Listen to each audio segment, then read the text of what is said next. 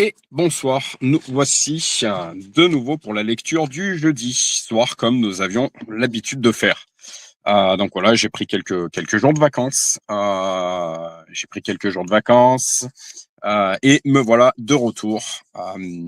Donc, nous avions commencé à lire le livre du pasteur Pierre-Emmanuel Jean, Ne vous contentez pas d'exister. En fait, voilà, c'est une bombe spirituelle, en fait, pour toute personne qui souhaite répondre à l'appel de Dieu, à l'appel du ministère, etc. Ne vous contentez pas d'exister. Le plus grand ennui, c'est d'exister sans vivre. Victor Hugo. De vraiment également donner sens à sa vie, vraiment vivre pour la raison pour laquelle nous avons été créés, passer d'une existence ordinaire à votre destinée au moyen du but, du temps et du travail. Donc, dans un premier temps, nous avions abordé le but avec la plus grande des découvertes. Votre but est préexistant. La vie est dans votre but. Votre but est supérieur à votre vie. Le temps. Vivez conscient du temps. Contre quoi échangez-vous? Donc là, ce soir, on va aborder le temps. Nous allons aborder le temps.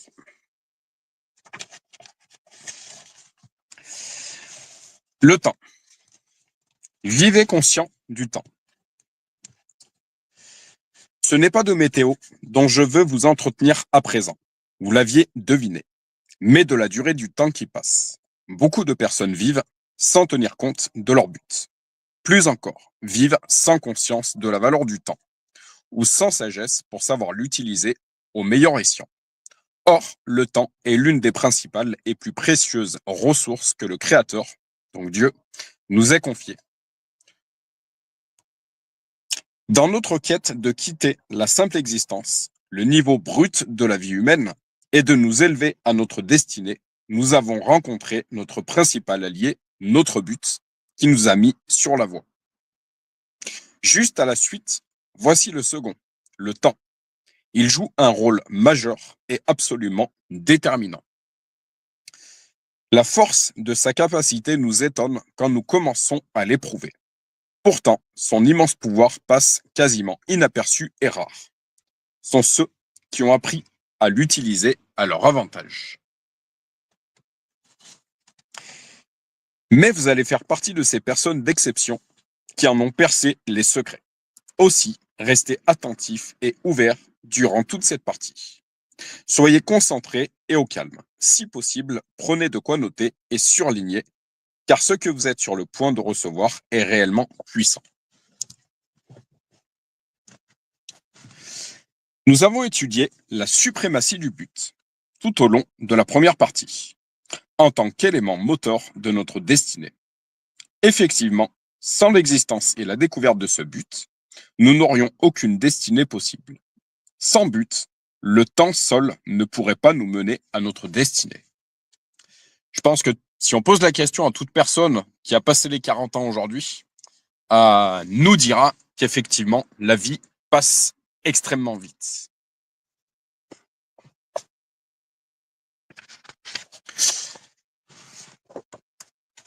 Nous avons compris que le but est supérieur au temps, car Dieu le conçoit avant même notre naissance. Puis il l'injecte en quelque sorte dans le temps avec nous. Toutefois, sans le concours du temps, aucun but ne peut s'accomplir. D'où cette vérité cruciale. Votre but s'accomplit dans un temps donné. Attention, moi c'est ce que j'aime dire à la jeunesse aujourd'hui. Prenez garde quand même de ne pas perdre votre temps. Parce qu'un jour on se réveille et on a 40 ans. Et il serait extrêmement dommageable de dire mais j'ai perdu tant d'années dans ma vie.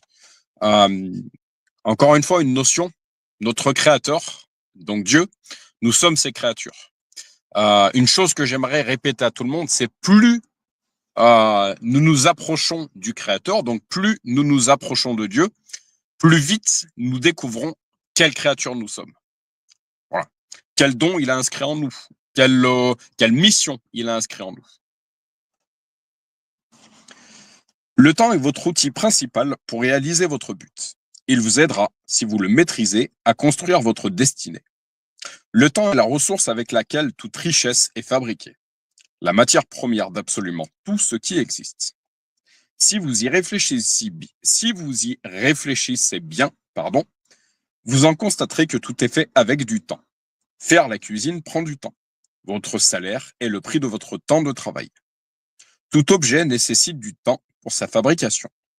Ce livre que vous tenez, par exemple, est le fruit d'heures et d'heures de travail pour le concevoir, l'écrire, mais aussi l'éditer, l'imprimer, le distribuer, etc. Toute production contient du temps. Le temps est aussi une des matières premières de votre destinée. En comprenant sa nature et sa valeur, vous saurez vous aussi comment l'utiliser par rapport au but en vue de produire votre destinée. Mon objectif au travers de ces chapitres est de vous conduire à cette sage pratique. Pour cela, nous allons parcourir et nous emparer ensemble au fil des pages des puissants principes suivants. Le temps est la matière première de votre destinée. Attention, encore une fois, de ne pas gaspiller notre temps dans des choses qui ne font absolument pas partie de notre destinée. Comment découvrir notre destinée en se rapprochant de notre Créateur. Le temps doit servir votre but. Effectivement. Une chose que j'aime bien de mon pasteur, mon pasteur local, Pierre-Emmanuel Jean, qui a écrit ce livre, Ne vous contentez pas d'exister. Vous pouvez le trouver sur Amazon. Encore une fois, c'est une bombe spirituelle pour toute personne qui souhaite donner véritablement sens à sa vie, qui souhaite répondre véritablement à ce pourquoi il a eu l'opportunité de poser les pieds sur terre. Donc j'étais en train de dire une chose que j'aime bien, que mon pasteur local dit, je crois que c'est même écrit dans ce livre, certaines personnes ne savent pas perdre leur temps toutes seules. Certaines personnes ont des objectifs, d'autres n'en ont pas du tout. Et les personnes qui ont de véritables objectifs n'ont pas de temps à perdre. Une chose que m'a également apporté ce pasteur Pierre-Emmanuel Jean, c'est de faire attention à notre environnement, c'est-à-dire faire attention aux personnes que nous fréquentons, parce que nous sommes des êtres influençables. Nous sommes des êtres sociaux, et si nous ne prenons pas garde, si nous ne faisons pas attention, en fait, nous pouvons nous laisser influencer par l'environnement qui gravite autour de nous. C'est pour ça que nous devons sélectionner les personnes que nous fréquentons et l'environnement dans lequel nous évoluons. Si nous fréquentons des rois, nous deviendrons des rois. Si nous fréquentons des personnes de foi, nous serons des personnes de foi. Si nous fréquentons de mauvaises personnes, nous deviendrons au fil du temps de mauvaises personnes. Voilà. Nous avons cette responsabilité, encore une fois, de prendre garde aux personnes que nous fréquentons et dans quel environnement. Je continue. Vous allez apprendre à soumettre le temps à votre but. Commençons par intégrer la nature et la valeur de cette ressource. Une chose que j'aime bien dire à ma femme aujourd'hui, c'est que mon temps, en fait, je l'optimise. Certains de mes collègues de travail, parfois, me voient tout seul. Si par la suite, ils tombent sur ces lives, sur ces vidéos, et je leur fais un clin d'œil, je leur fais une bise même. Certaines personnes me voient, certains de mes collègues de travail me voient parfois tout seul. J'œuvre dans le milieu funéraire. Parfois, le œuvrer dans le milieu funéraire, c'est parfois du temps d'attente quand la famille est en train de faire d'accompagner son être cher est en cérémonie dans l'église. Parfois, nous, ça nous laisse du temps où en fait, on doit attendre la famille pour la suite de la cérémonie, c'est-à-dire l'accompagnement de cette âme en partance vers la patrie céleste jusqu'au cimetière, etc.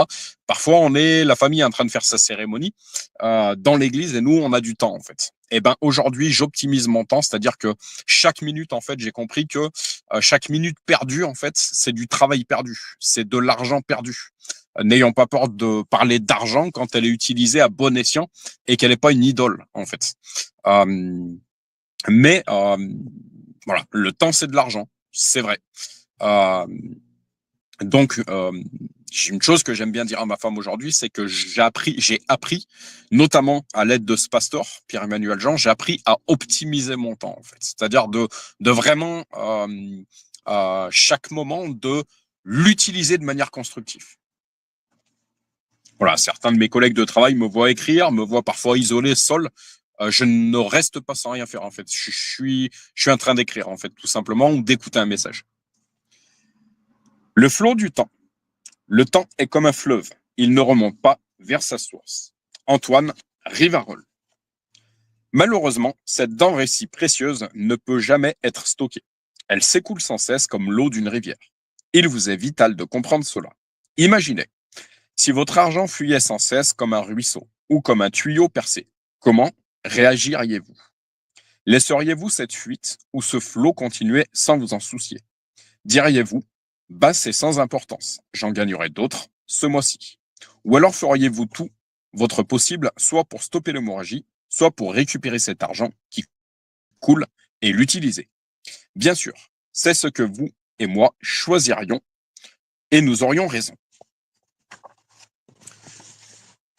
Toutefois, le temps ne nous laisse pas d'autre possibilité que d'agir sur sa récupération et sa redirection, puisqu'il est impossible d'arrêter sa fuite ou de réduire son débit. C'est pour ça que nous devons faire attention de perdre le moins de temps possible, parce que c'est un flot continu, en fait, que nous devons apprendre à utiliser à bon escient. Voilà. L'unique façon de maîtriser le temps consiste à le canaliser. Puisque nécessaire à votre but, vous allez apprendre comment orienter le flot du temps à vos fins. Ainsi, vous alimenterez votre destinée. Pour cela, nous allons étudier la nature du temps, l'évaluer et la connaître afin de mieux pouvoir nous en servir. Nous savons que le temps exerce son emprise sur nous, mais nous aussi pouvons agir sur lui. Si nous n'apprenons pas à le dominer, lui le fera, et nous le perdrons faute de sagesse pour le gagner. Or, nous ne pouvons pas nous le permettre, car il est l'un des éléments constituants de notre destinée. Plus nous le cernerons, mieux nous pourrons en bénéficier. Notre tout premier pas dans cette direction consiste à prendre pleinement conscience de sa valeur. Votre vie égale votre temps. En fait, votre temps est aussi important que votre vie, puisque celle-ci est égale à sa durée. En perdant 5 années de votre vie, par exemple, vous ne gâchez pas seulement du temps, mais votre vie elle-même. Cette phrase, j'aimerais la répéter. J'aime la jeunesse. Je ne la juge pas, je ne la condamne pas, mais parfois on passe par par certains travers avant que la vie avec un V majuscule nous replace sur le droit chemin.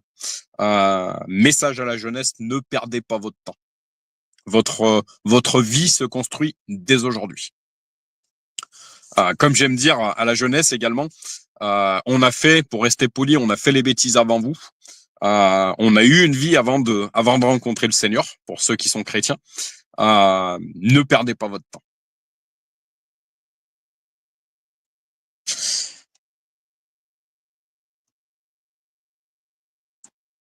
En perdant 5 années de votre vie, par exemple, vous ne gâchez pas seulement du temps, mais votre vie elle-même. Celui qui meurt prématurément à cause du tabac et qui a écourté sa vie de 15 ans n'a pas seulement perdu du temps, mais une partie de sa vie. Effectivement. Notre temps, c'est notre vie. Comme de petites quantités passent plus facilement inaperçues, notre vigilance doit s'exercer de façon particulière. Car des journées perdues régulièrement finissent par totaliser des années. Sans que nous soyons enlevés prématurément par une maladie ou un accident, 15 années de notre vie pourraient ainsi nous échapper à notre insu. Si je compare de nouveau le temps avec de l'argent, 100 000 euros en billets de 5 euros égale 100 000 euros en billets de 500 euros. Ainsi en est-il du temps.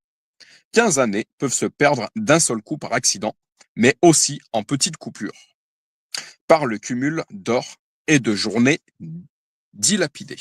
Je répète cette phrase. Ainsi en est-il du temps. 15 années peuvent se perdre d'un seul coup par accident, mais aussi en petites coupures, par le cumul d'heures et de journées dilapidées. Effectivement, un quart d'heure plus un quart d'heure égale 30 minutes. 2 heures plus 2 heures égale 4 heures. Une journée plus une journée, 2 jours. 2 mois plus 2 mois égale 4 mois, etc. 6 ans plus 6 ans égale 12 ans, etc. Voilà.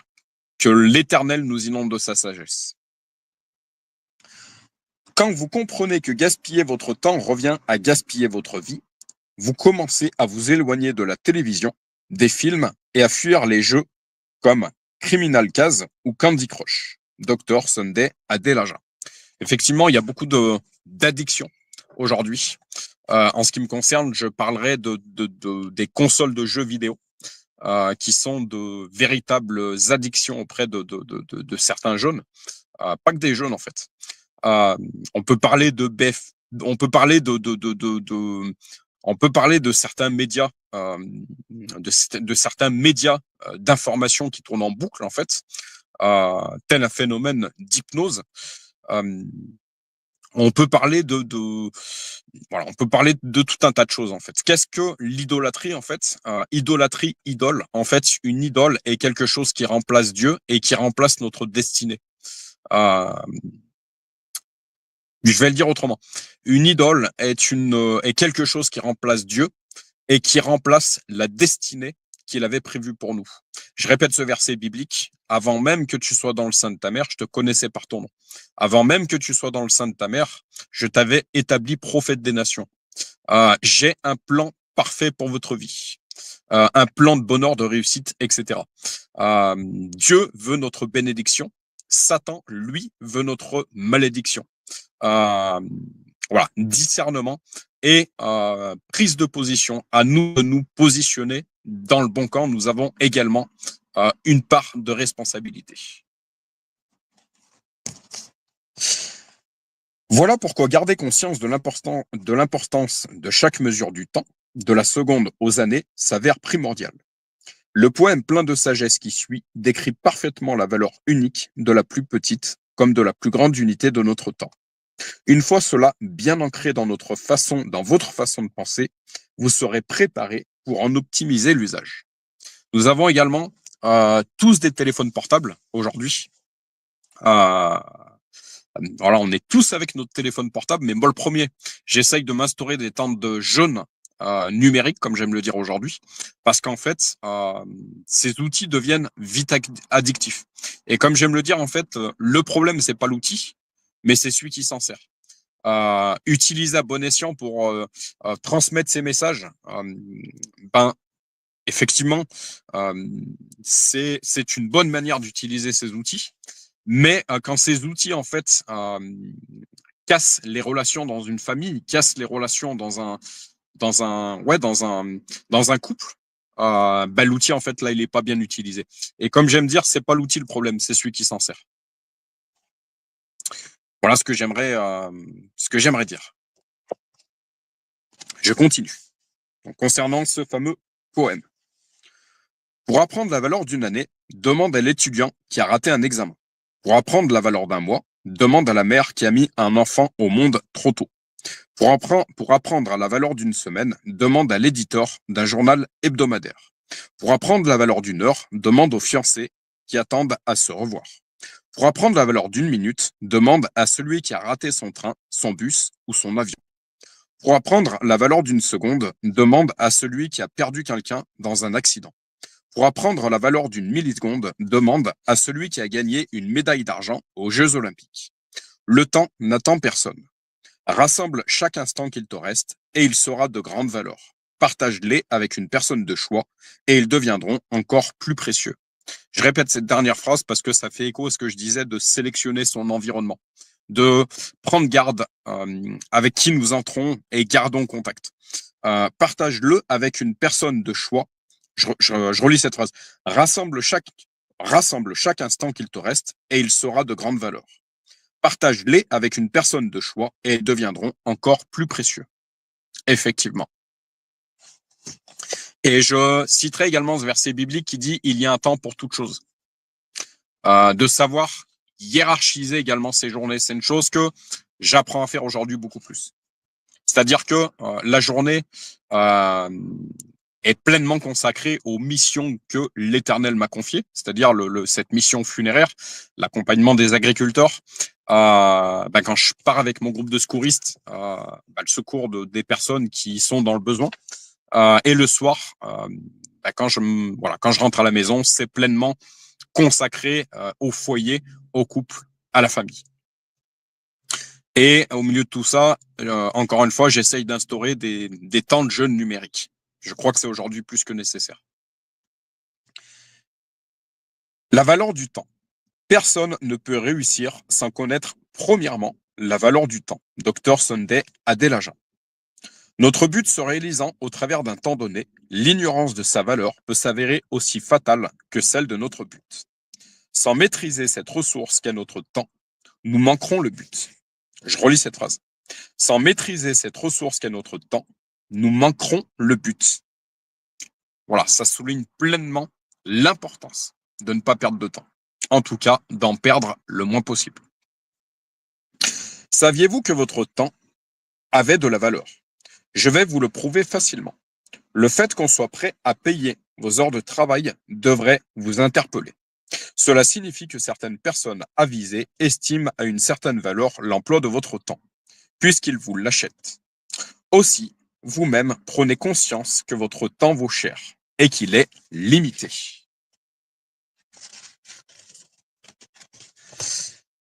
Cette déduction ne concerne pas uniquement vos heures salariées, bien sûr, mais chaque moment de votre vie.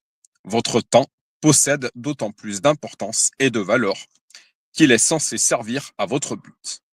Rappelez-vous l'exemple de Jésus-Christ. Il était parfaitement conscient de son but dès l'âge de 12 ans, mais il était également très alerte à propos du temps dont il disposait pour l'accomplir. À 12 ans, il avait déjà débuté sa préparation pour un travail qu'il ne commencerait qu'à 30 ans, soit 18 années plus tard. Il a vécu sa jeunesse, puis sa vie adulte, sans jamais gaspiller son temps. Il a réussi ainsi à entrer dans son appel parfaitement formé, puis à accomplir une œuvre impressionnante en seulement 3 années et demie. Il vivait pleinement conscient du temps, étant activement consacré à son but, à l'œuvre que son père lui avait assignée. Son exemple, comme ce passage, nous montre qu'il combinait le but et le temps avec soin.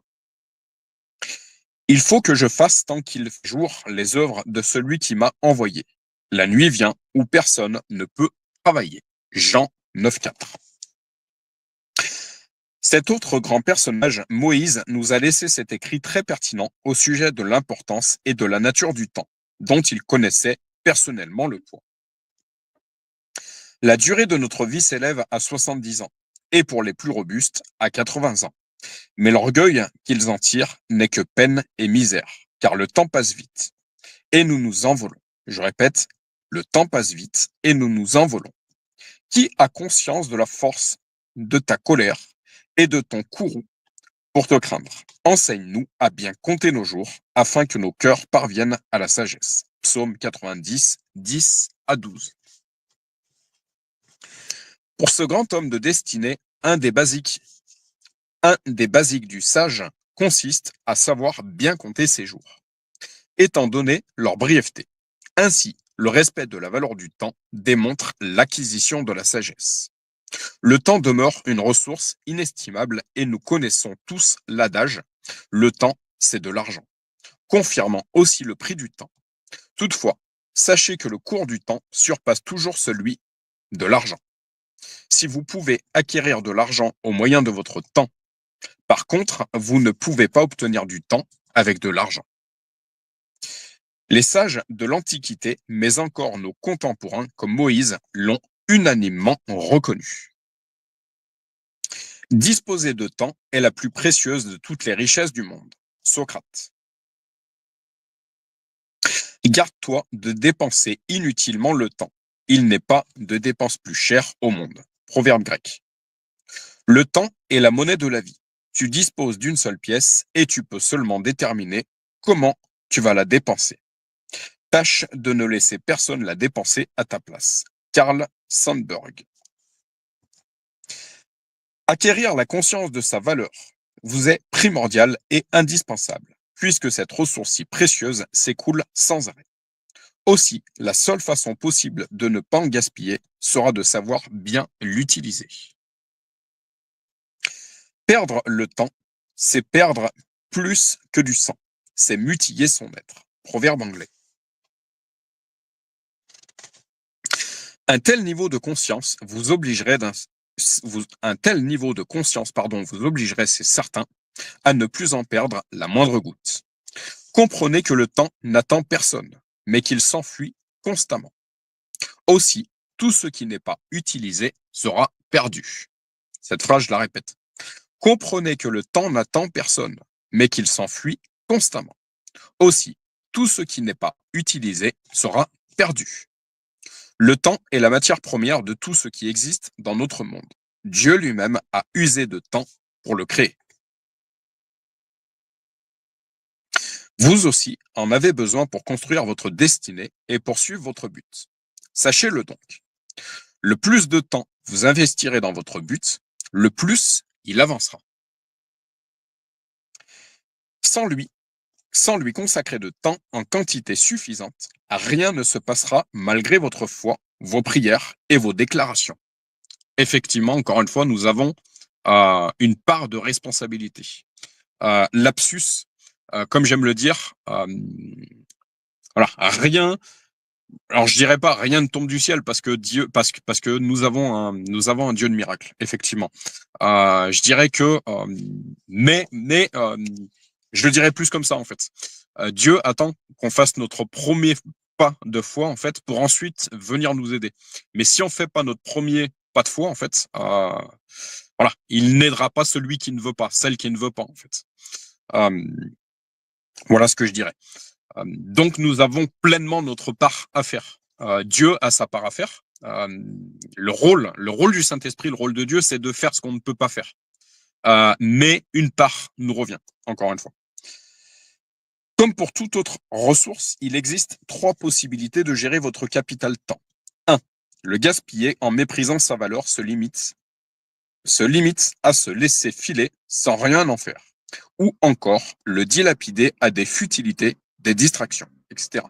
Ce qui reviendrait littéralement à jeter l'argent, et même plus que de l'argent, comme nous l'avons vu, par les fenêtres. 2. Le dépenser constitue le choix de la majorité des gens qui consacrent leur temps au travail, à leur famille, à leurs loisirs, etc. Leur temps trouve une certaine fonction et utilité. Ce n'est toutefois pas son meilleur usage. 3. L'investir. Ceux-là font partie des rares à en avoir perçu la richesse. Et ils le placent uniquement dans ce qui en est digne, pour qu'il rapporte encore plus. Or, nous avons découvert que rien n'est plus important que notre but. Donc, investir notre temps dans notre but nous démarquera par notre sagesse. Je répète. Or, nous avons découvert que rien n'est plus important que notre but. Donc, investir notre temps dans notre but nous démarquera par notre sagesse. Encore une fois, il y a des discussions que je qualifierais de mondaines, en fait. J'ai absolument plus de temps à perdre avec ça, en fait. Parler de la pluie et du beau temps, c'est très bien. 2 minutes dans une journée. Mais j'ai une certaine quantité de temps à consacrer aujourd'hui au but, en tout cas à la mission que Dieu m'a confiée. Plus qu'un bon gestionnaire, soyez un investisseur. Si vous avez le désir de devenir grand dans la vie et de vivre sans aucun regret, la première chose à faire avec votre temps est de l'investir. Dr Sunday Adelaja. Vous observerez que toute personne qui réussit dans son domaine maîtrise son temps et semble ne jamais en détenir suffisamment. Effectivement, la notion de temps, c'est une chose qu'on dit souvent avec ma femme, en fait, la notion de temps, on n'a pas tous la même notion de temps, en fait. Ceux qui n'occupent pas leur journée de manière constructive vont trouver le temps long. Ceux qui ont un véritable but dans leur vie, en fait, ne trouveront jamais les journées assez longues, en fait. Voilà. Et le temps passe vite.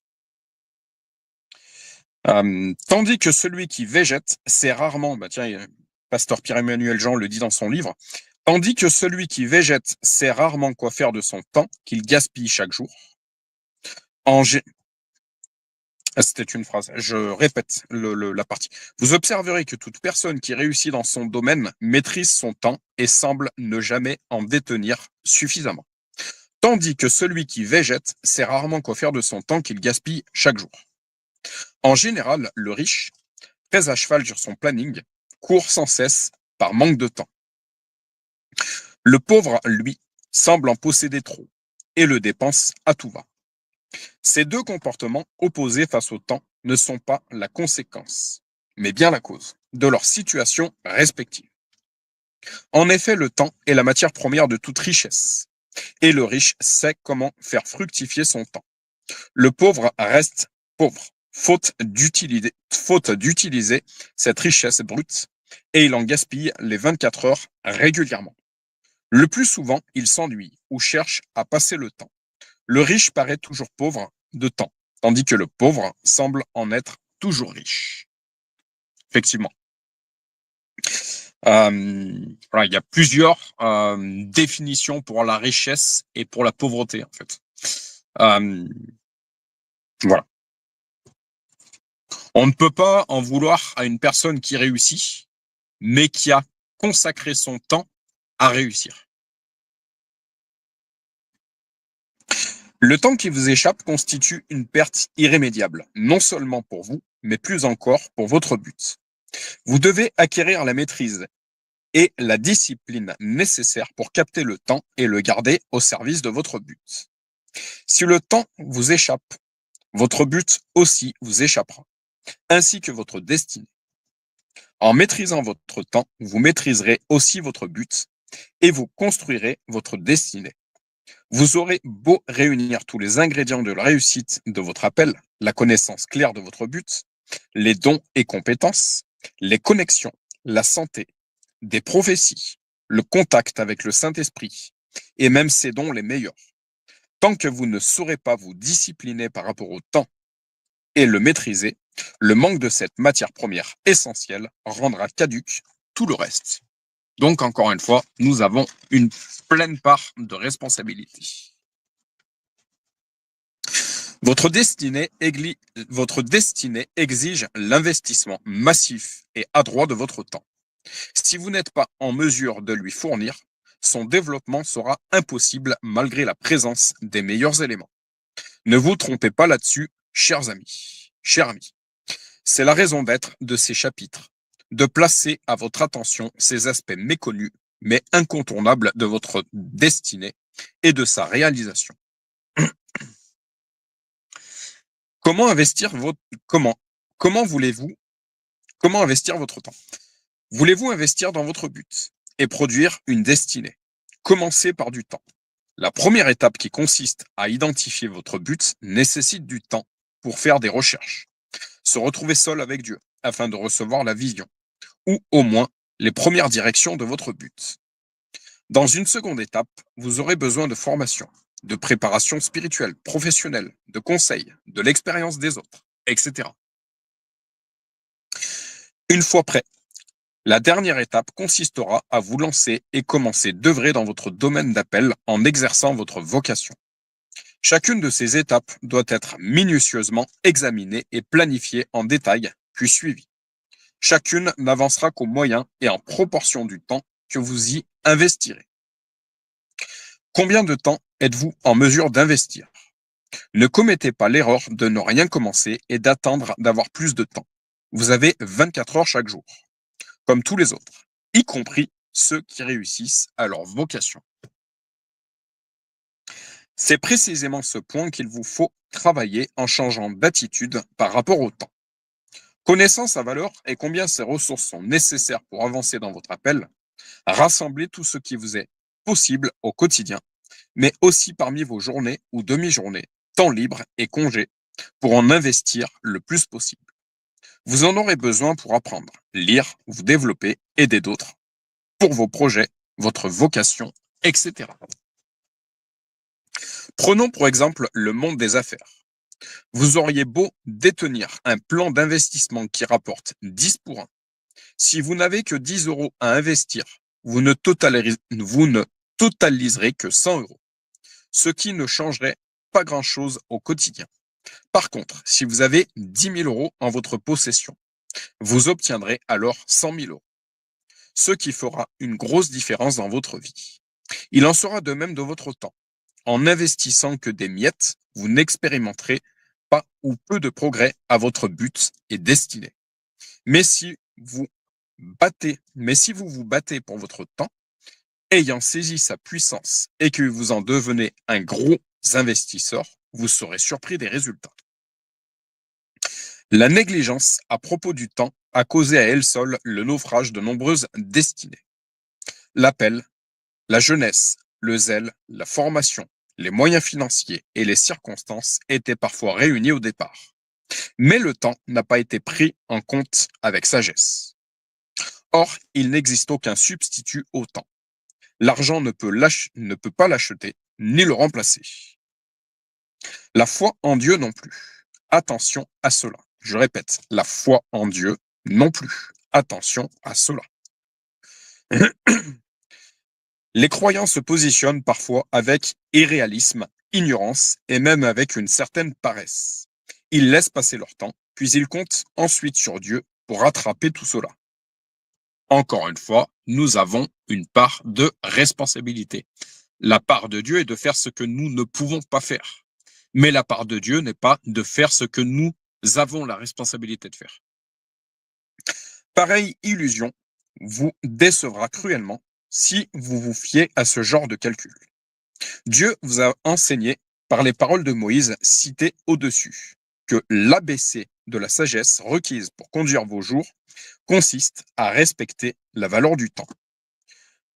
Ne pas suivre ce conseil, négliger vos responsabilités à gérer cette ressource et ensuite lui, donc avec un L majuscule, lui demander à Dieu un miracle pour vous tirer d'affaire ou produire les résultats reviendrait à se moquer de Dieu, car faire fi de ses principes et de ses dons. Je répète, ne pas suivre ce conseil, négliger vos responsabilités à gérer cette ressource et ensuite lui demander entre guillemets, à Dieu, un miracle pour vous tirer d'affaire ou produire des résultats, reviendrait à se moquer de Dieu, car faire fi de ses principes et de ses dons. Je rajouterai ce verset biblique, on ne se moque pas de Dieu. Le temps est la chose la plus précieuse, la paresse le plus dangereux des dissipateurs. Proverbe français. Qui se moque du temps, le temps se moque de lui. Proverbe français. Vous tenez en main les outils nécessaires, mais aussi l'entière responsabilité de les manier avec le plus d'intelligence possible. Je répète cette phrase.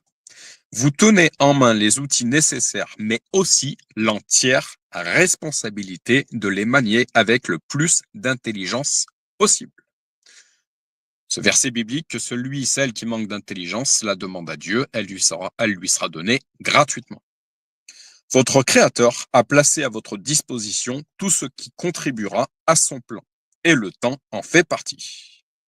Il vous a accordé la mesure suffisante pour votre appel. Si vous en gaspillez, il vous en manquera. Devenir sage avec votre temps, donc l'investir, est indispensable pour accomplir votre but. Je répète cette phrase, devenir sage avec votre temps, donc l'investir, est indispensable pour accomplir votre but. Employez votre temps à votre but. Pourtant, David, après avoir en son temps contribué à l'accomplissement du plan de Dieu, est mort et a été enterré aux côtés de ses ancêtres. Actes 13, 36. La vie de David, cet homme selon le cœur de Dieu, se résume ici par l'expression « Il a servi le but de Dieu pendant son temps ». Cette sorte d'épitaphe définit l'essentiel de son existence et souligne comme modèle et comme message ce qui a été retenu de lui. Beaucoup d'autres qualités et réalisations de David auraient pu être choisies et mériter notre attention. Le vainqueur de Goliath.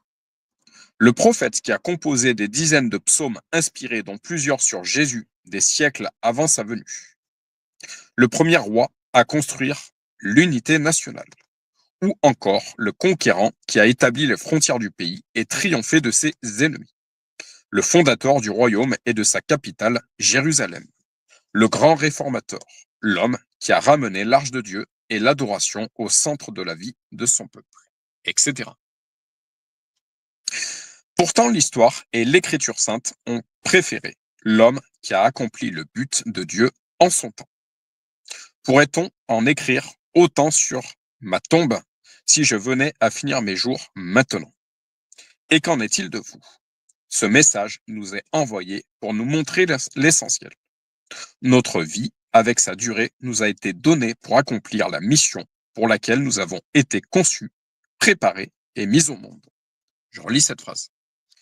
Notre vie, avec sa durée, nous a été donnée pour accomplir la mission pour laquelle nous avons été conçus, préparés et mis au monde. Je rajouterai ce verset biblique. Toute branche, tout cep, toute branche qui ne porte pas de fruits est coupée et jetée au feu. Dès notre premier jour, le compte à rebours a démarré. Ce qui sera retenu dépendra du degré de réalisation de notre but dans notre temps. Le temps nous est donné pour servir notre but. Premièrement, pour le découvrir, puis nous y préparer, enfin l'accomplir. Le temps se place en relation étroite avec le but. Sans but, notre temps serait gâché, mais sans le temps, notre but ne saurait être atteint. Toute personne ayant découvert son but passerait pourtant à côté sans comprendre l'importance et l'usage du temps. J'attire fortement votre attention sur ce point, chers amis. Le but et le temps vont de pair. C'est une erreur de croire que le but se réalisera de lui-même, parce que Dieu le veut ou qu'il l'a prévu. C'est encore une erreur de penser qu'il s'accomplira en son temps, comme si le temps ne m'appartenait pas et que je n'en avais aucune responsabilité. Merci, pasteur Pierre Emmanuel Jean, pour toutes ces révélations, pour toutes ces puissantes révélations. Vous devez changer ces conceptions erronées et adopter la sagesse élémentaire qui touche à la nature et à la valeur du temps, telle que décrite dans le psaume 90 et dans ce chapitre. Nous gâchons toute ressource dont nous ignorons la valeur. Maintenant que vous avez reconnu la juste valeur du temps, sa nature volatile et appris sa meilleure utilisation, il ne vous reste plus qu'à l'investir massivement dans votre appel. L'investir massivement dans votre appel. Votre but ne s'accomplira pas en son temps, mais avec le temps que vous lui consacrerez. Vous avez les pleins pouvoirs et votre assiduité à canaliser votre temps à accomplir votre but vous en rapprochera infailliblement. Je relis cette phrase. Vous avez les pleins pouvoirs et votre assiduité à canaliser votre temps à accomplir votre but vous en rapprochera infailliblement. De cette façon, vous devenez réellement maître de votre temps parce que vous l'employez à votre fin.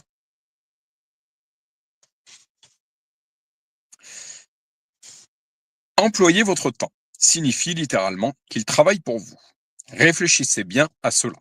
Le temps est censé vous servir et non vous asservir. Chaque fois que vous l'emploierez à votre but, il participera à son avancement. C'est ainsi que David a réussi à accomplir le dessein de Dieu, en y investissant intensément et activement ses jours. N'investir que peu de temps, ou quand vous en avez le temps, ou votre temps perdu, à votre but ne suffira pas à sa réalisation. Je répète, n'investir que peu de temps, ou quand vous en avez le temps, ou votre temps perdu à votre but ne suffira pas à sa réalisation. Sachez que votre appel et votre destinée ont été envisagés très sérieusement par votre Créateur. Vous devez absolument faire preuve de sagesse et de maîtrise au niveau de cette ressource clé, afin de l'investir intentionnellement jusqu'à réalisation du projet de vie qui vous a été confié. Comprenez que chaque heure investie sera le carburant de votre projet. Je répète, Comprenez que chaque heure investie sera le carburant de votre projet. Aussi, savoir organiser votre vie dans son ensemble, mais aussi votre quotidien en vue de récupérer et canaliser le plus de ce carburant dans votre but doit devenir un de vos objectifs majeurs. Je répète, aussi savoir organiser votre vie dans son ensemble, mais aussi votre quotidien en vue de récupérer et canaliser le plus de ce carburant dans votre but doit devenir un de vos objectifs majeurs. Pour toute personne qui me connaît, j'œuvre aujourd'hui dans le funéraire. J'ai 2 contrats, 2 CDI vacataires dans 2 pompes funèbres différentes dans le nord du département du Puy-de-Dôme. Je suis vacataire. C'était mon objectif d'être vacataire. C'était tactique, en fait. Être vacataire, en fait, me permet de disposer de demi-journées, justement, me permettant d'œuvrer pour Dieu, pour l'Église, le ministère qu'il semble me confier, dans le nom de Jésus. Travailler à la vacation me permet de disposer de demi-journées pour travailler pleinement à ce que Dieu me confie, en fait. Voilà. Ce secret simple, presque évident, reste le grand facteur de toute réussite. Pourtant, rares sont ceux qui l'ont compris et réellement pris au sérieux. En fait, je pense que le CDI aujourd'hui à plein temps, c'est-à-dire 35 heures ou 39 heures, comme c'est le cas aujourd'hui en France, n'est absolument pas fait pour moi, en fait. Parce que j'ai pas envie de consacrer pleinement de mon temps pour un employeur, mais j'ai envie d'employer le plus de mon temps à ce que Dieu m'a réellement confié. Personnellement, j'apprécie énormément la liberté offerte par la maîtrise de cette ressource. Auparavant, faute de l'avoir saisie, je dépendais toujours de facteurs externes sur lesquels j'étais impuissant. Personnes, circonstances, événements, etc. Pareil, une autre clé. Avant, c'était une souffrance de me retrouver tout seul. Je suis entouré par une belle et grande famille recomposée que j'aime. Je leur fais un clin d'œil le jour où ils entendront cet audio. Mais j'ai compris aujourd'hui que chaque minute, chaque moment, chaque demi-journée où je me retrouve tout seul, je suis jamais tout seul. Je dirais que je me retrouve avec Dieu, en fait. C'est du temps que je peux pleinement consacrer à ce qu'il m'a confié, aux missions qu'il m'a confiées, et c'est du temps que je peux pleinement consacrer avec Dieu. Sanctification veut dire mise à part. Donc, répondre à l'appel de Dieu ne va pas... répondre à l'appel de Dieu sera obligatoirement composé de temps de sanctification, donc de temps de mise à part. C'est une chose que je n'avais pas saisie jusqu'au jour d'aujourd'hui. Cette mauvaise conception provoquait son lot de frustration. Donc, effectivement, même cheminement de mon côté. Comprendre que sanctification veut dire mise à part, du coup, ces frustrations n'existent plus puisque on comprend que ça fait pleinement partie du plan de Dieu, en fait, d'avoir des moments où nous sommes mis à part pour lui, avec lui. Cette mauvaise conception provoquait son lot de frustration. N'ayant pas en main la totalité des clés de ma destinée, j'en ressortais chaque fois déçu. La liberté et l'indépendance qui viennent en maîtrisant ces 3 leviers de notre destinée, que sont le but, le temps et le travail, m'ont procuré l'aisance et l'avancée auxquelles j'aspirais. Je suis heureux de les mettre à présent à votre portée par ce livre. Merci à toi, Pierre-Emmanuel Jean. En prenant pleinement la responsabilité de votre temps, vous aussi obtiendrez un pouvoir d'influence énorme sur l'accomplissement de votre destinée. Vous ne serez plus obligé d'attendre une promotion, ni le temps favorable, ni la bénédiction. Vous la possédez déjà par le fait d'être en lui et de vouloir suivre son plan. Ni l'arrivée d'une saison spéciale, ni de circonstances propices, ni de connexion. Il vous suffira d'employer votre temps et d'en être un gros investisseur pour votre but. C'est ainsi que les choses avanceront pour vous aussi. Vous avez à présent en main votre destinée. Comme j'aime le dire aujourd'hui, à partir du moment que Christ vit en nous, que le Saint-Esprit vit en nous, en fait, ce n'est plus notre volonté, mais c'est celle de l'Éternel. Et comme j'aime le dire aujourd'hui, alors oui, merci Pierre pour ce rappel que nous avons une part de responsabilité. Mais je dis également parfois aujourd'hui, ce n'est plus moi qui organise mes journées, mais c'est Dieu qui est le maître de mon emploi du temps. Que sa volonté soit faite dans le nom de Jésus. Que ferez-vous de votre temps? Nous ne réalisons pas toujours la force de nos décisions et de notre pouvoir d'organisation face au temps. Sachez-vous que sur une vie moyenne de 77 ans, vous allez en passer environ 25 à dormir, plus de 4 à manger et encore plusieurs autres aux toilettes. Que se passerait-il si vous économisiez chaque jour plusieurs heures pour les investir dans votre but? Que se passerait-il si vous décidiez d'envisager votre vie sur le long terme et de revoir complètement l'utilisation de vos prochaines années? Votre travail actuel est-il en accord avec le but de Dieu pour vous? Ou pas du tout? Allez-vous continuer sans réfléchir à y dépenser vos meilleures années et peut-être toute votre vie? C'est également important de se poser la question. Est-ce que c'est important de se retrouver avec Dieu, de le remettre dans la prière.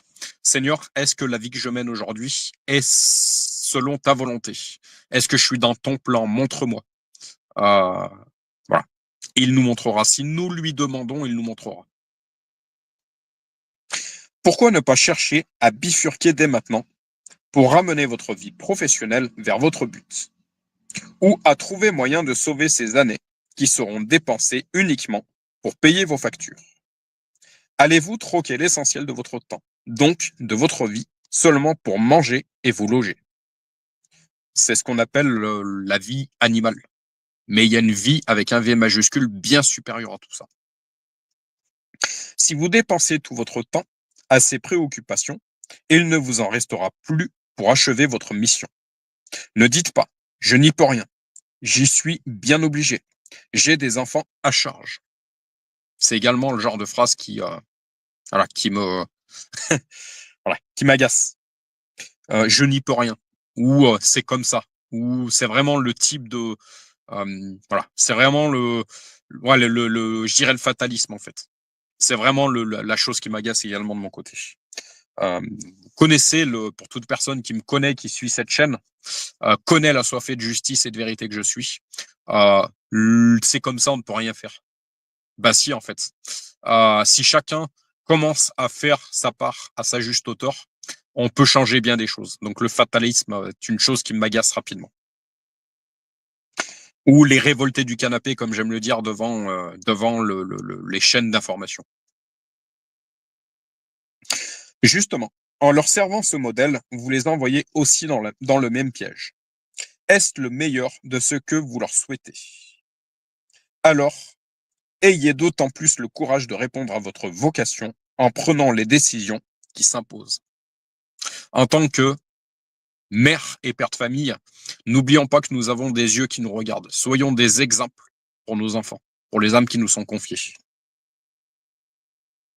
En répondant, en ayant le courage de répondre à l'appel, en ayant le courage de répondre à la vocation, en ayant le courage de sortir de notre zone de confort pour répondre pleinement à ce qui nous est confié en tant que mère, en tant que père, nous sommes un exemple pour nos enfants, premièrement, pour les âmes qui nous sont confiées, qui vivent dans notre foyer, mais également pour une multitude. Ne l'oublions pas. Comme j'aime le dire de mon côté, je suis un peu le grand frère de tout le monde. Par mon passé dans un foyer, mon passé d'ex-enfant de la DAS, comme j'aime le dire, je suis un peu le grand frère de tout le monde. J'aime la jeunesse et c'est vraiment des choses que je souhaite leur transmettre. Vraiment que une multitude de jeunes tombent sur cet audio dans le nom de Jésus. Vous ne pouvez pas vous laisser aller à suivre à la masse qui tient ce genre de raisonnement. C'est clair. Je voudrais citer également ce verset biblique. Large est le chemin qui mène à la perdition. Nombreux sont ceux qui le prennent. Étroit est le chemin qui mène à la vie. Peu sont ceux qui le trouvent. Puisque vous avez choisi de vous orienter vers vos buts, commencez à planifier votre existence en vue d'une transition, soit pour y travailler de façon professionnelle, soit pour libérer du temps à l'investir à votre but. N'oubliez pas, votre temps s'écoule comme le sable dans le sablier. Votre but exige votre temps, et c'est à vous qu'il le demande. Le temps ne viendra jamais seul à votre but. Or, sans son concours, votre but ne s'accomplira pas, ni votre destinée divine. Vous avez maintenant la responsabilité de vous réveiller de votre sommeil et de ne plus en laisser passer un seul grain en dehors de votre attention. Je relis cette phrase. Vous avez maintenant la responsabilité de vous réveiller de votre sommeil. Je ferai lien avec ce verset biblique. Réveille-toi, toi qui dors, et Christ t'éclairera. Tout ce que nous devons décider, c'est que faire du temps qui nous est imparti. J.R. Tolkien. Et le temps de Dieu. Cette notion commune chez les croyants est souvent présentée comme un critère de grande sagesse, mais généralement mal employée, elle résulte à annuler ou repousser indéfiniment ce que nous devrions commencer. Il te faut discerner le temps de Dieu. Est-ce bien le temps de Dieu? Attends le temps de Dieu, etc. Sont autant de conseils qui semblent ultra spirituels, mais qui souvent sèment le doute, ou enterrent tout bonnement d'excellents projets et qui plongent leurs auditeurs dans la perplexité et l'inaction. Attendre passivement la venue d'un temps spécial n'est jamais la volonté de Dieu. Je répète, attendre passivement la venue d'un temps spécial n'est jamais la volonté de Dieu. C'est de l'irresponsabilité. Il connaît la valeur du temps. Le fait que certains événements clés qui ne sont pas de notre ressort ne s'affichent pas encore au programme ne signifie aucunement de ne rien faire en attendant. Les apôtres ont d'ailleurs posé ce type de question à Jésus. Alors que les apôtres étaient réunis, ils lui demandèrent, « Seigneur, est-ce à ce moment-là que tu rétabliras le royaume pour Israël ?» Il leur répondit, « Ce n'est pas à vous de connaître le temps ou les moments que le Père, avec un P majuscule, donc que Dieu, a fixé de sa propre autorité. Mais vous recevrez une puissance lorsque le Saint-Esprit viendra sur vous, et vous serez mes témoins à Jérusalem, dans toute la Judée, dans la Samarie et jusqu'aux extrémités de la terre. » Le principe suivant se dégage de sa réponse. Ils n'ont pas à s'occuper du temps qui appartient à Dieu. Ce qu'il leur ordonne, c'est de travailler activement à leur mission, en l'occurrence témoigner de lui sur toute la terre.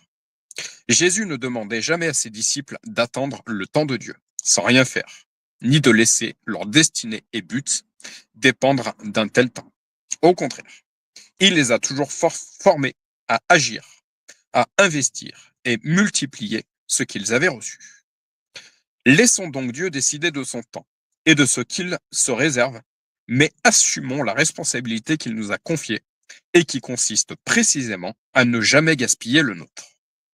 En attendant l'étape à venir de notre but, qui ne serait pas accessible ou prête aujourd'hui, nous devons nous préparer sur plusieurs plans, spirituels, professionnels, financiers, et toujours rester actifs. Je répète, en attendant l'étape à venir de notre but, qui ne serait pas accessible ou prête aujourd'hui, nous devons nous préparer sur plusieurs plans, spirituels, professionnels, financiers, et toujours rester actifs. Rappelez-vous son propre exemple. Jésus n'est pas resté passivement à attendre le feu vert de son ministère entre 12 et 30 ans, mais il s'y est activement préparé. À seulement 12 ans, Jésus était resté au temple pour se former auprès des meilleurs docteurs de la parole de Dieu qui s'y trouvaient. Au bout de 3 jours, ils le trouvèrent dans le temple assis au milieu des maîtres. Il les écoutait et les interrogeait. Il, donc Jésus, aurait pu passer ce temps à jouer avec ceux de son âge. Cette petite fugue de 3 jours du jeune Jésus n'a pas servi à ce que la plupart des adolescents de son âge en auraient fait. Il l'a littéralement investi dans une formation auprès des plus grands érudits de son temps, qu'il ne pouvait pas consulter chez lui à Nazareth.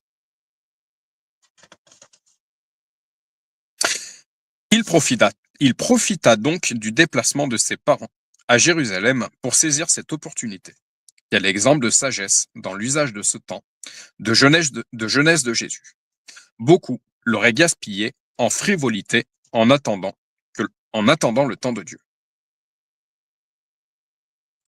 L'unique temps de Dieu dont vous disposez demeure sous votre entière responsabilité. Je relis. L'unique temps de Dieu dont vous disposez demeure sous votre entière responsabilité. Dieu vous l'a confié en connaissant sa valeur et ne vous le fera jamais gaspiller en attente passive et stérile. Certains espèrent et attendent 10 ans, le temps de faveur de Dieu, censé mettre leur réussite en route, pour finalement réaliser que les 10 années qui viennent de s'écouler constituaient le vrai temps confié par Dieu pour qu'ils travaillent à leur succès. Mais ils n'en ont rien fait. Tel se s'est appelé dans le domaine médical, aussitôt il commence à étudier ses possibilités, se former et prendre une filière correspondante. Un autre appelé lui aussi, mais dans l'agriculture, persévère dans ses prières et reste employé de banque en se disant, je relis. Un autre appelé lui aussi, mais dans l'agriculture, persévère dans ses prières et reste employé de banque en se disant, si c'est le plan de Dieu, il l'accomplira et il m'ouvrira les portes. Il me conduira. À votre avis, 5 ans plus tard, lequel des deux personnes sera entré dans son appel?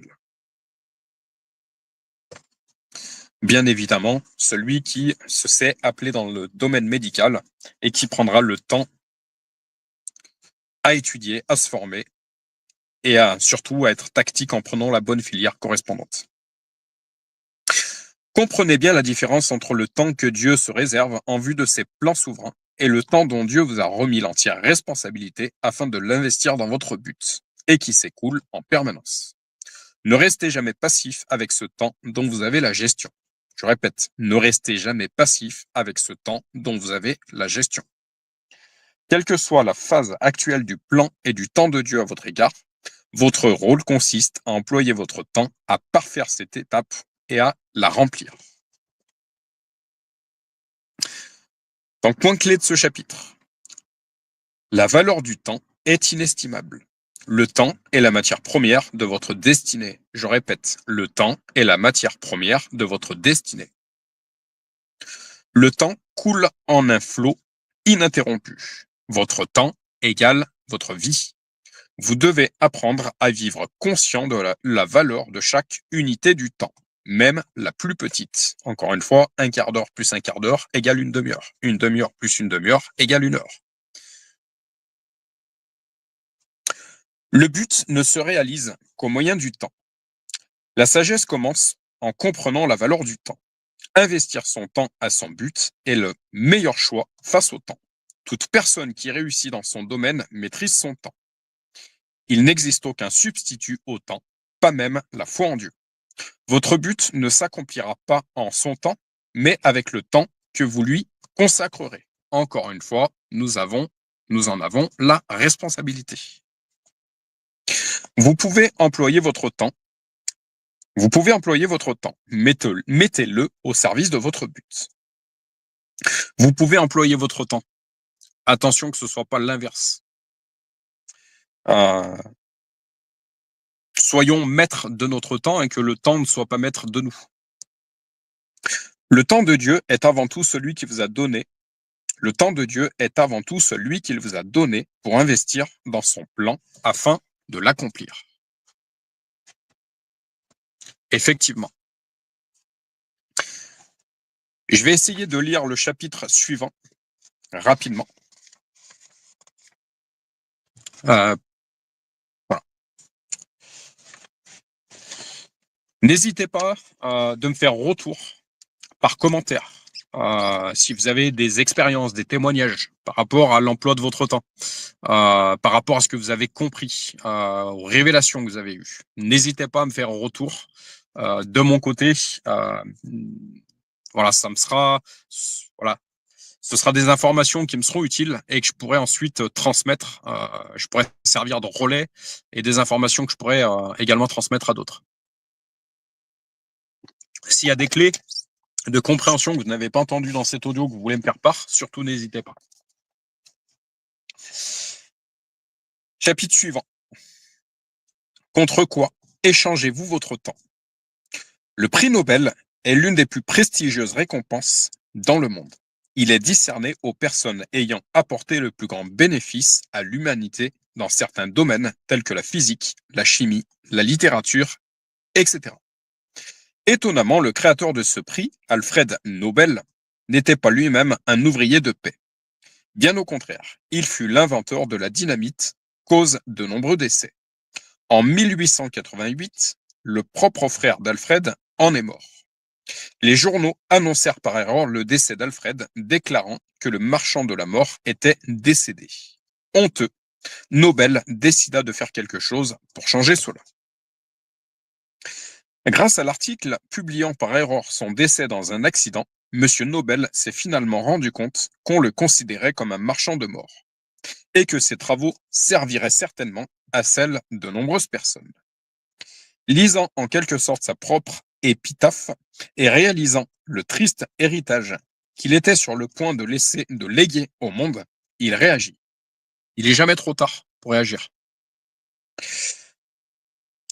Prenant alors conscience qu'il avait échangé une grande partie de son temps à l'invention d'une semence de malheur pour l'humanité, il choisit de tout inverser. Il ne souhaitait pas laisser cette mémoire d'un marchand de mort à sa postérité, mais donner un autre sens positif, cette fois, à sa vie.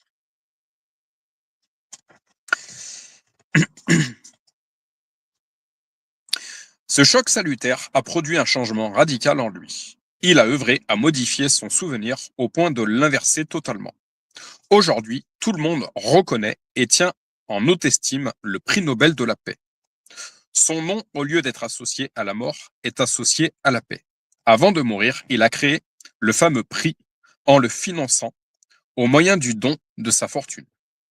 Monsieur Nobel a choisi de racheter sa vie en quelque sorte, en léguant son héritage pour une cause plus noble et plus humaine que celle de ses premiers travaux consacrés aux explosifs.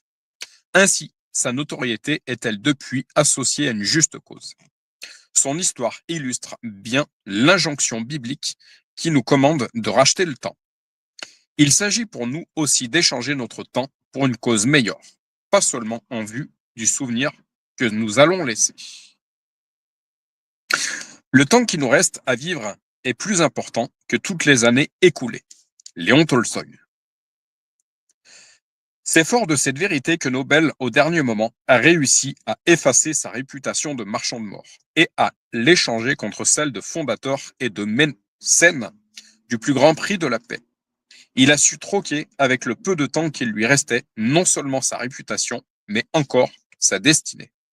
Son histoire nous inspire sur l'usage de notre temps, qui décidera de notre destinée et du souvenir que nous laisserons. Mes chers lecteurs, qu'en est-il de vous? Si le journal d'aujourd'hui publiait le résumé de votre vie, pensant que vous êtes mort, que mentionnerait-il de vous? Que préférez-vous? L'épitaphe du roi David ou celle que faillit recevoir Nobel? Cette erreur de publication lui a ouvert les yeux. Encore une fois, il y a des vérités qui sont salutaires. Cette erreur de publication lui a ouvert les yeux et permis de changer avant qu'il ne soit trop tard. Malheureusement, une grande partie de son temps avait été donnée à ses inventions et son propre frère avait même trouvé la mort dans une des explosions causées par un essai malheureux. Nos erreurs peuvent nous avertir et nous sauver.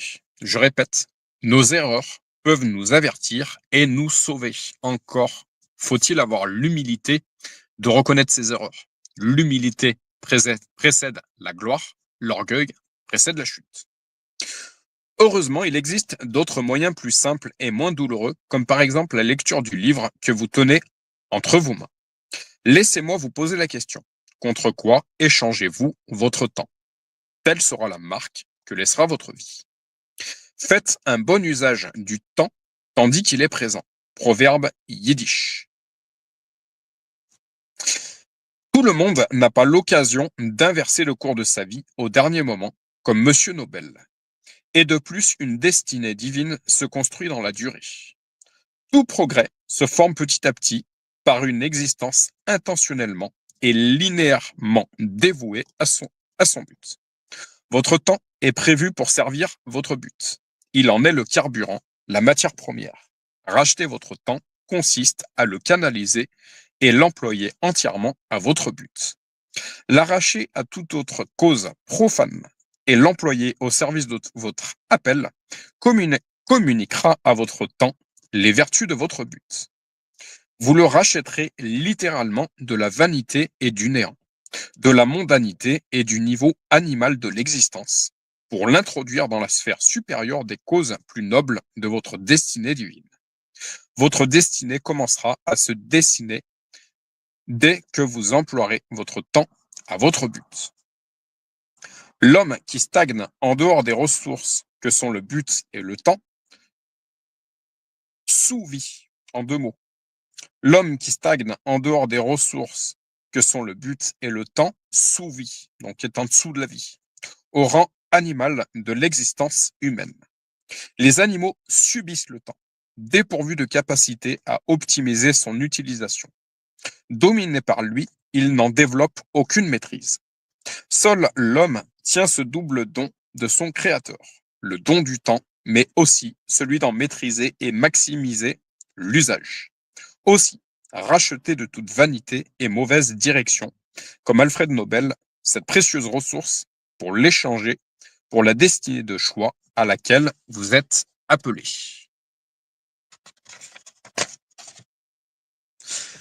Votre emploi du temps révèle votre but actuel. Ma femme pourrait vous confirmer que j'ai 2 emplois du temps en fait. J'en ai un où en fait je mets toutes mes prestations funéraires et j'ai l'emploi du temps de mon téléphone qui concerne beaucoup plus le ministère. Donc, en gros, je partage mon emploi du temps, on va dire, dans le monde et mon emploi du temps pour Dieu. Voilà. Encore une fois, question de tactique. Votre emploi du temps révèle votre but actuel. Quelqu'un a dit « Dis-moi qui tu fréquentes, je te dirai qui tu es ». Je peux affirmer avec la même certitude « Montre-moi ton emploi du temps et je te dirai qui tu sers, quelle est ta cause ou ton but ».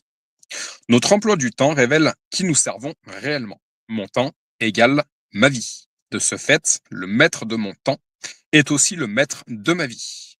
Cette vérité qui peut faire mal au premier abord nous livre l'outil de mesure le plus fiable pour nous évaluer.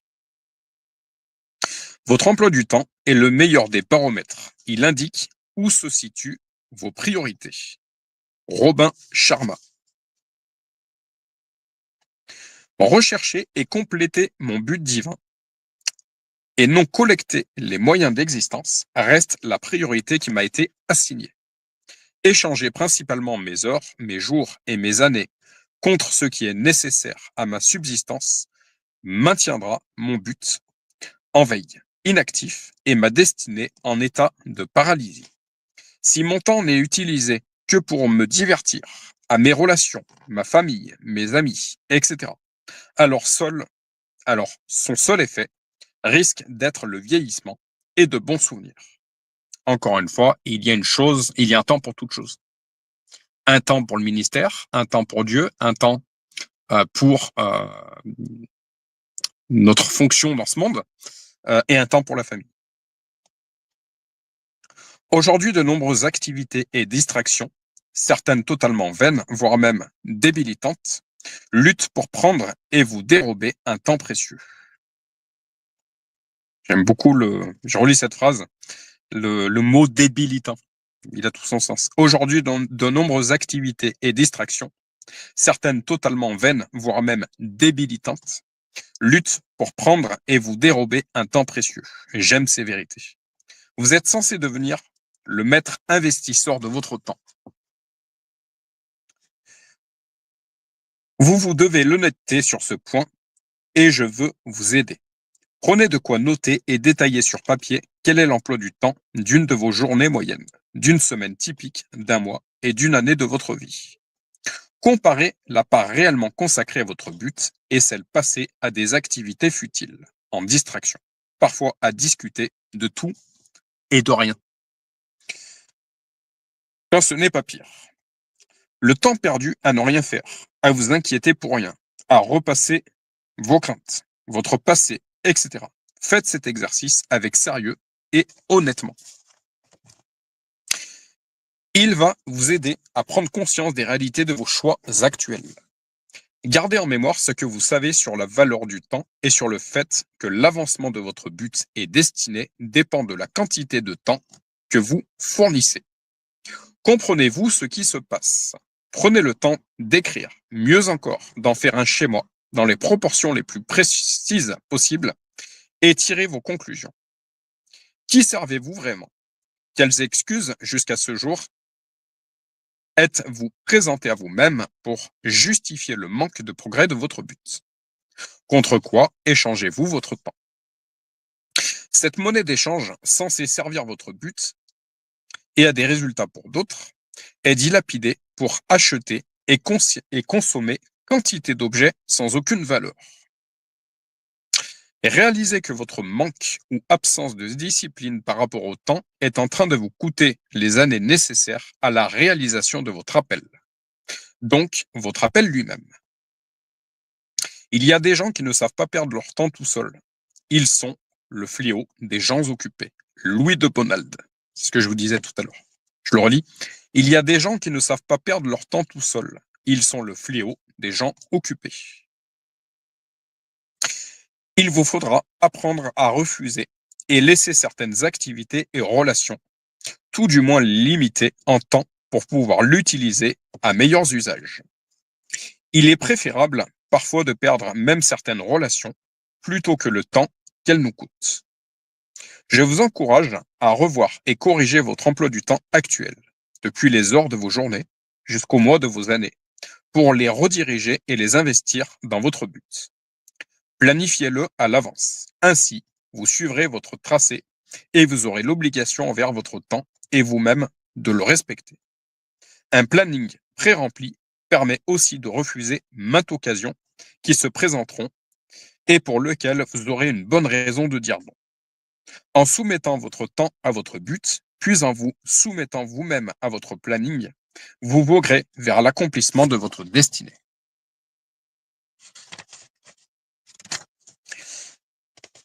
Échangez votre temps équitablement.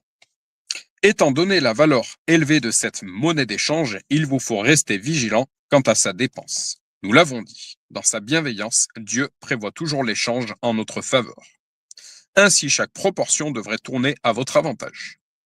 Étudier chaque marché vous évitera de vous faire avoir en échangeant votre précieux temps contre des activités de qualité inférieure à ce qu'il mérite.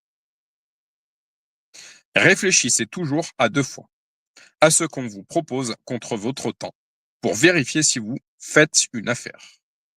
Sachant que vous serez toujours gagnant d'échanger votre temps pour votre but et en l'investissant à sa réalisation.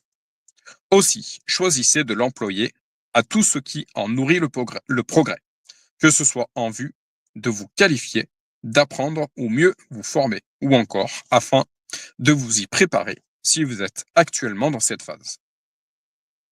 Vous posez régulièrement la question, est-ce digne de mon temps? Vous épargnera bien des déconvenus. Est-ce vraiment un bon job? Vous savez que la majeure partie de notre temps est prise par notre travail. La plupart des gens s'estiment frustrés par leur emploi et le subissent plus qu'ils l'apprécient. Beaucoup cependant y resteront, lui donnant leur jeunesse, leur force, leurs compétences et leurs meilleures années.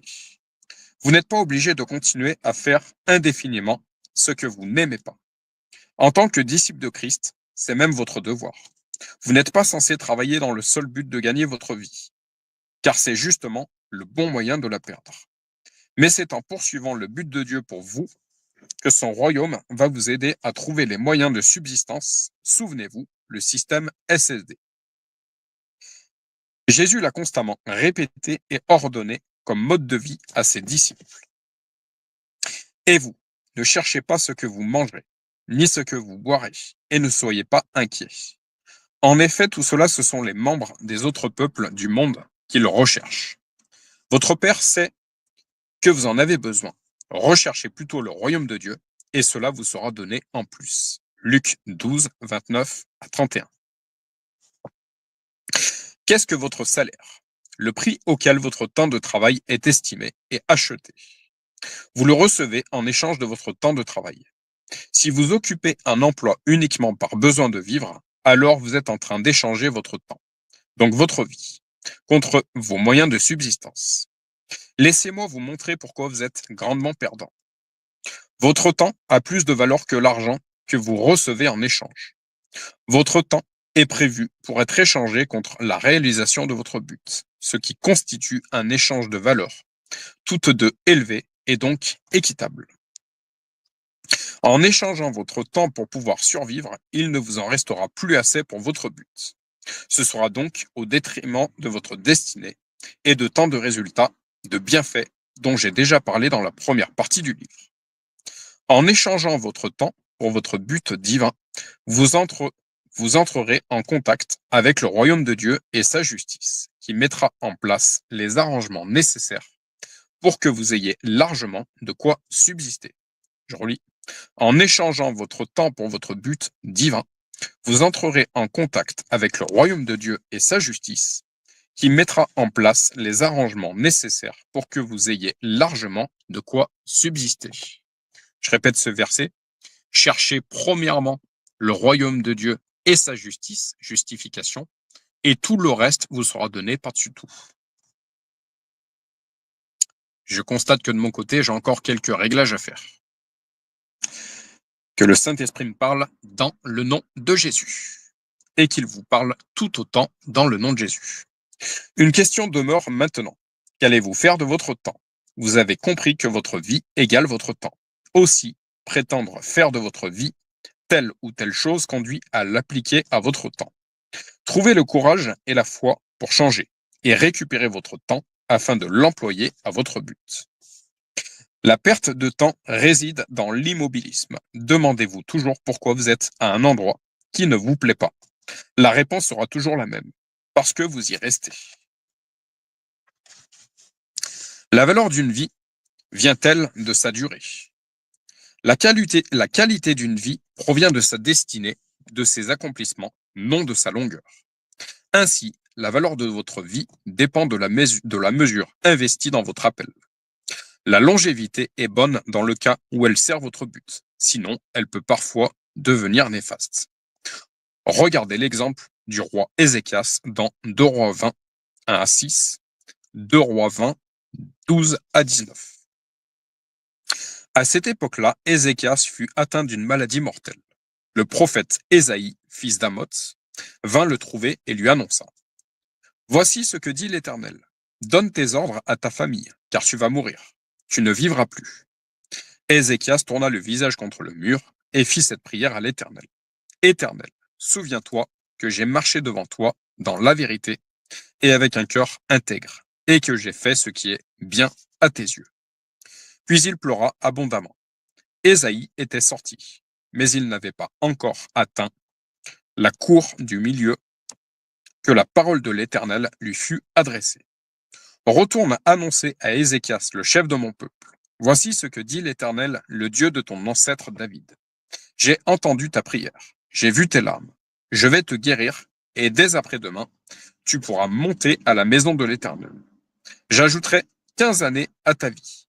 Je te délivrerai de même que cette ville du roi d'Assyrie. Je protégerai cette ville à cause de moi-même et à cause de mon serviteur David. À la même époque, le roi de Babylone, Bérodac Baladan, fils de Baladan, envoya une lettre et un cadeau à Ézéchias, car il avait appris sa maladie. Ézéchias donna audience aux envoyés et leur montra l'endroit où étaient ses objets de valeur, l'argent et l'or, les aromates et l'huile précieuse, son arsenal et tout ce qui se trouvait dans ses trésors. Ézéchias leur montra absolument tout dans son palais et sur tout son territoire. Le prophète Ésaïe vint ensuite trouver le roi Ézéchias et lui demanda: Qu'ont dit ces gens-là? Et d'où sont-ils venus pour te voir? Ézéchias répondit: Ils sont venus d'un pays éloigné de Babylone. Ésaïe ajouta: Qu'ont-ils vu dans ton palais? Ézéchias répondit, ils ont vu tout ce qu'il y a chez moi. Je leur ai montré absolument tout dans mes trésors. Alors Ésaïe dit à Ézéchias, écoute la parole de l'Éternel. Les jours viendront où l'on emportera à Babylone tout ce qu'il y a chez toi, et que tes ancêtres ont accumulé jusqu'à aujourd'hui. Il n'en restera rien, dit l'Éternel. De plus, on prendra plusieurs de tes fils, de ceux qui sont issus de toi, et dont tu es le père, pour faire d'eux des eunuques, dans le palais du roi de Babylone. Ézéchias répondit à Ésaïe, la parole de l'Éternel que tu viens de dire est bonne. Il ajouta, n'y aura-t-il pas paix et sécurité pendant ma vie? Ézéchias a été l'un des plus grands rois et réformateurs de l'histoire de son peuple, Israël. En fait, l'un des meilleurs. Ses nombreux exploits et les grandes œuvres que Dieu a réalisées avec lui sont relatés dans les livres des rois et du prophète Ésaïe. Malheureusement, la fin de son parcours laisse une très mauvaise impression et vient ternir le tableau qui était parfait jusque-là. En réalité, 15 années auparavant, Ézéchias avait parfaitement accompli son but et sa mission par de grandes avancées, tant spirituelles qu'économiques, militaires et politiques pour sa nation. Aussi, Ésaïe le prophète l'avertit en personne que la fin de sa vie survient. C'est un privilège rare qui lui laisse le temps de tout préparer, de faire ses adieux et transmettre ce qu'il a reçu. Pourtant, il va pleurer devant Dieu et s'en plaindre comme d'une injustice. Dieu va donc changer ses plans, exaucer sa prière et lui accorder 15 années supplémentaires.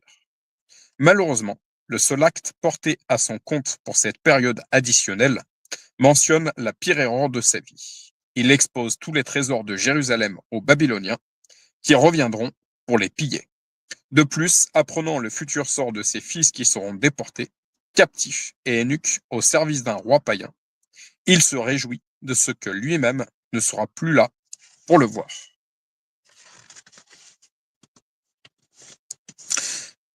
Quelle réaction pitoyable, quel égoïsme et quel manque d'amour pour son peuple et ses propres enfants. Jusqu'ici, il s'était comporté en homme de destinée avec un parcours sans faute. Mais son histoire finira sous son plus mauvais jour. Il aurait mieux valu pour lui, pour son peuple, pour sa famille et sa renommée, qu'il s'en tienne au premier plan en se contentant d'une existence plus courte, mais brillante. Ézéchias a finalement terni sa destinée en voulant l'échanger contre une prolongation de vie banale, contrairement à M. Nobel, qui a su modifier son sort et son souvenir grâce à son temps additionnel. Ainsi, ne vous illusionnez pas à croire que longueur de vie équivaut à valeur, et que la brièveté d'une vie la prive de joie et de sens, que la brièveté d'une vie la prive de joie et de sens. Tout dépend de quel instrument de mesure vous vous servez. N'échangez pas pour une quantité de vie, mais pour la qualité de son but. Votre temps gardera sa valeur, tant qu'il restera dans le but. Point clé de ce chapitre. L'usage de votre temps déterminera votre destinée et le souvenir que vous laisserez. L'usage de votre temps déterminera votre destinée et le souvenir que vous laisserez. Contre quoi échangez-vous votre temps? Qui maîtrise mon temps, maîtrise aussi ma vie. Votre absence ou manque de discipline par rapport au temps vous coûtera votre appel et votre destinée. Votre temps devrait être échangé pour votre but. Changez de vie en planifiant un nouvel emploi du temps dirigé prioritairement par votre but.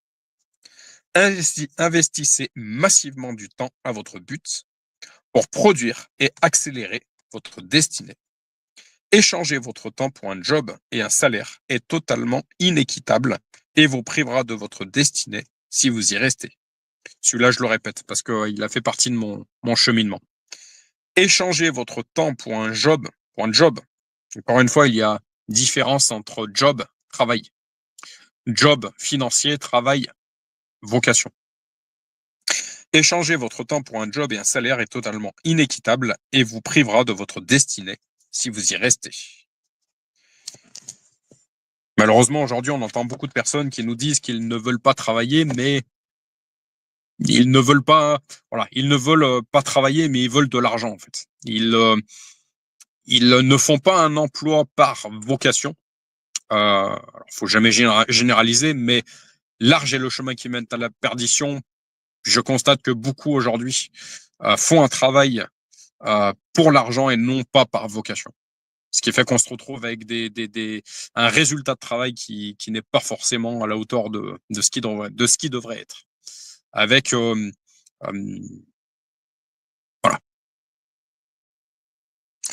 Je continue. Il vous faut trouver le courage et la foi pour changer et récupérer votre temps afin de l'employer à votre but. Il n'est jamais trop tard pour se remettre en question et voilà. La valeur d'une vie vient de servir son but, devenant ainsi une destinée, peu importe sa durée. La valeur d'une vie vient de servir son but, devenant ainsi une destinée, peu importe sa durée. Voilà pour aujourd'hui. La prochaine lecture continuera de parler du temps. Donc, le temps est fait pour servir votre but. On appuiera sur, la lecture appuiera sur cette notion-là. Quelques erreurs à éviter concernant le temps, notamment ne pas le gaspiller ouvertement. Ne pas le gaspiller ouvertement. Dépenser le temps dans des choses constructives. Ensuite, il y aura,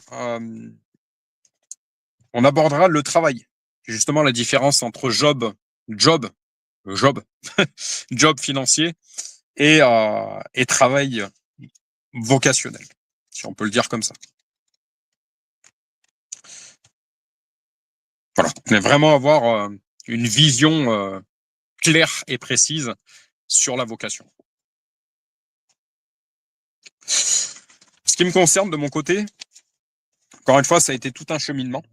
J'ai un Google Doc que j'ai appelé Vision Ministère. Depuis 2 ans, ça a été peut-être même plus de 2 ans. Je dirais même jusqu'à l'arrivée de mes 40 ans, de mes 41 ans, 40 ans sortis du désert. Ça a été une succession de réglages où parfois je me suis planté parce que je me suis retrouvé dans des emplois qui étaient justement par l'adversaire en fait va nous attaquer sur certaines pensées qui peuvent être l'incrédulité financière. Voilà, le manque de foi sur le fait que l'or et l'argent appartiennent à Dieu et que Dieu pourvoit quand on répond véritablement à son appel. Ça m'a concerné de mon côté.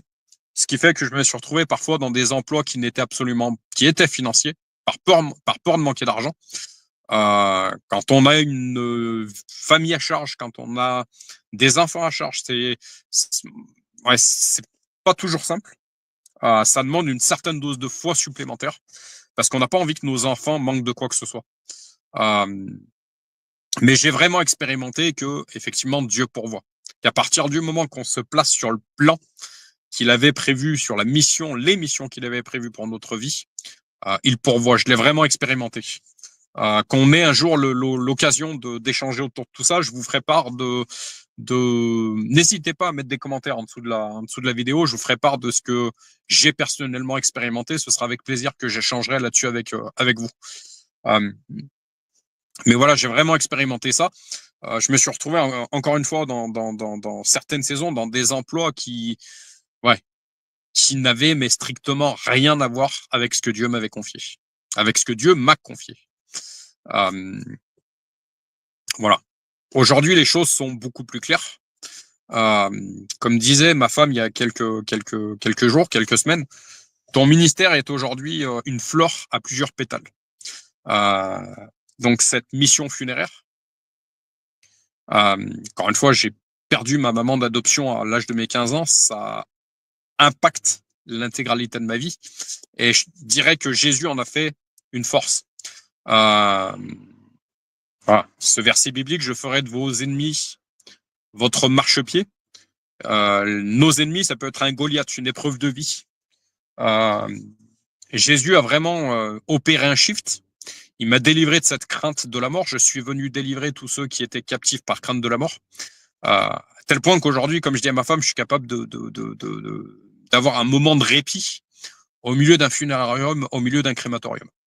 C'est énorme ce que je suis en train de dire ici, parce que toute personne qui me connaît, et principalement ma femme, sait que j'ai particulièrement, la mort a été longtemps une phobie chez moi, suite au décès de ma mère d'adoption.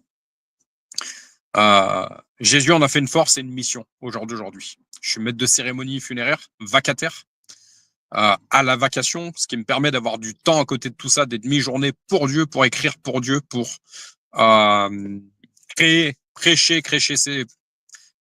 prêcher, créer ces vidéos pour la gloire de l'Éternel, faire monter en puissance ce ministère qu'il semble me confier, donc Réveil chrétien en Auvergne. Comme disait ma femme, ce ministère que Dieu semble te confier est une fleur à plusieurs pétales. Donc cette mission funéraire, cette équipe de secouristes, demain, je fais un clin d'œil à mon frérot du côté de Lyon, il se reconnaîtra s'il entend cette vidéo par la suite. Voilà, il connaît mon appel pastoral. Il sait l'amoureux des âmes que je suis. Le pasteur en devenir que je suis, je le déclare dans le nom de Jésus, que la volonté de l'Éternel soit faite. Il connaît cet aspect-là, il sait que si demain on part sur un théâtre de catastrophe, un tremblement de terre, un feu de forêt, une inondation ou quoi que ce soit, il sait que je serai les deux bonnes oreilles et la bonne bouche pleine de réconfort. Voilà, il sait que j'ai cette capacité-là. Pour la mission funéraire, ce frérot du côté de Lyon sait également que j'ai cette capacité à affronter cette période, enfin c'est cette épreuve qu'est le décès d'une personne, et que j'ai les capacités d'accompagner sur un théâtre, ça peut être un séisme ou je ne sais quoi, j'ai ces capacités pour aider une personne qui viendrait de perdre un être cher. Autre pétale, ce soutien auprès des agriculteurs. Cette association Solidarité Paysan, qui a pour mission de soutenir les agriculteurs en difficulté. Le funéraire et ce côté secouriste, ce côté pastoral me donne encore une fois les capacités nécessaires pour aller réconforter les agriculteurs, pour les accompagner en cas de tristes nouvelles.